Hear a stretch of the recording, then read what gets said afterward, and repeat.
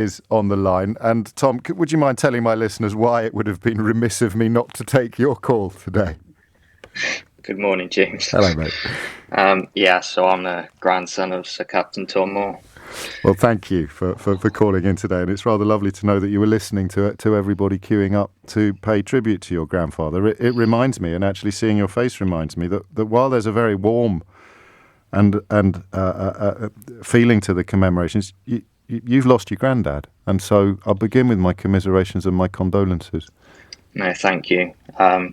It is a sad time. It is a very sad time, and just listening to everyone passing on their condolences and hearing such warm thoughts.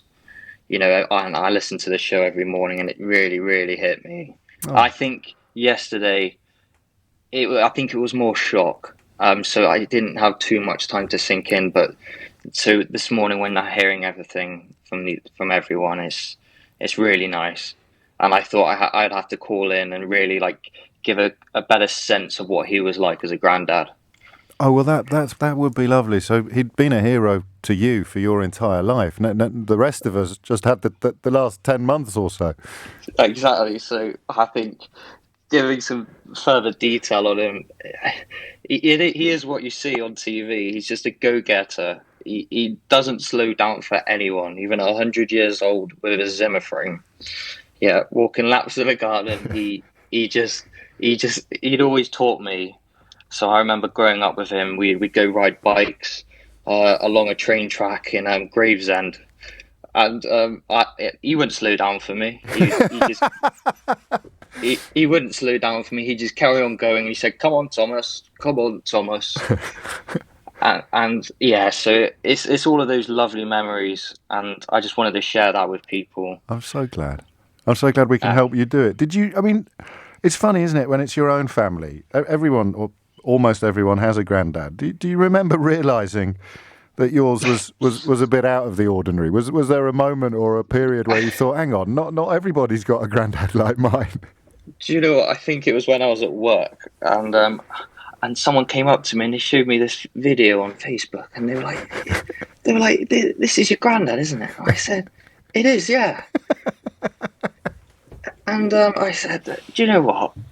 This is quite big, isn't it?" And then you realise how big it is, and then you're getting messages, and then when people start realising you're the grandson, then it's like, wow, people want to meet you, and it's so nice just to hear everything, all the words that were said about him throughout the entire thing. I never heard anything negative.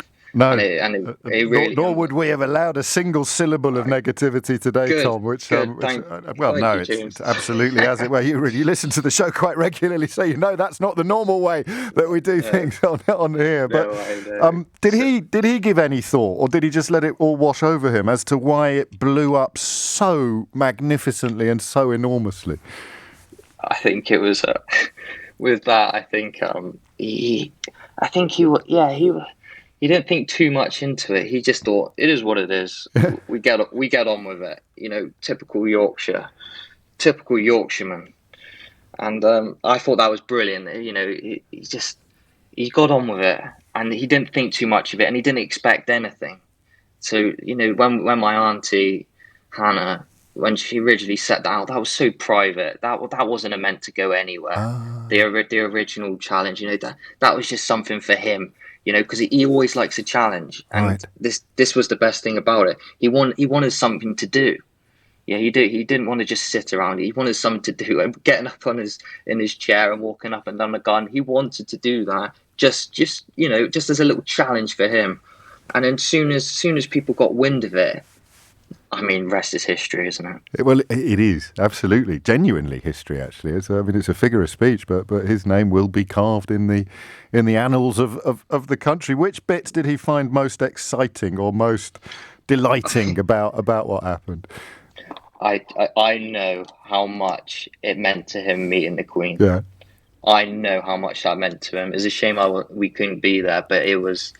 I just know how much joy that would have brought to him.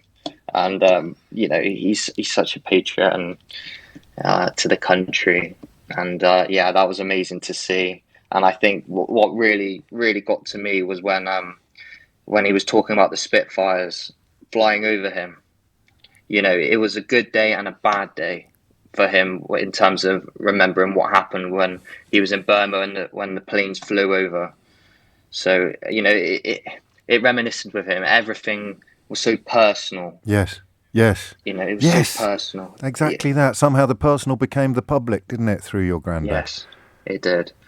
And it was just amazing to see. And you could really see it in his eyes. Everything was just so, it touched him, it touched his heart. And I think that's why people could connect with him, and that he was doing it for the NHS. He wasn't thinking about himself. He was thinking about, passing on a love. And I think that's what really caught people's eyes, and I caught mine and the families, and we saw, we got a special man on our case. I think we need to show people what he's about. And you remind us, sadly, that of course the ability to say goodbye in a normal way is still not possible. So are you and the family bearing up okay? I mean, presumably you're in touch with each other in all the usual ways, but you're not going to be able to have the kind of send-off that both he deserves and you would want. I know, and I think that is it's a tough one. Yeah, it's a really tough one. But knowing him, he'd want something nice and small, quiet. We all get on with it. And I don't think he'd want anything too lavish. But I will definitely remember him for everything he's done and for what he's done for all the grandchildren. He's been a great father figure. Well, father figure, of course, to all of us. And and the hole he leaves in your lives will, of course, be huge. But bizarrely, given that at the age of 99, none of us had ever heard of him, the hole he leaves in the country's consciousness is pretty big too. I think that's what the craziest thing is about all of this is he was a nobody before all of this. Yeah. And I remember we'd go over twice a year before the pandemic. We'd go over twice a year, and we'd have a nice little chat with him. He'd speak to my brother about the girls he's dating. Yeah. And it was just so normal, and it was so nice. And he'd always have a question. He'd be like, "How's work?" He'd be, "How's work?" And I'd be like, "It's good, it's good." And it was really nice and that's what I will miss. And of course. But yeah, he was a great figure for all of us, and he showed so much resilience. If you fell over, my mum would always tell me if she fell over, she hurt herself, he would be like, "Get up, Lucy, let's go. We move forward." And I think that's the military aspect of it, and then that's rubbed off on all of us, the family. We got to keep moving. We got to look ahead. We got to stay positive. And I think that was the best thing about him, and it's all rubbed off on us, and in a sense, the whole country.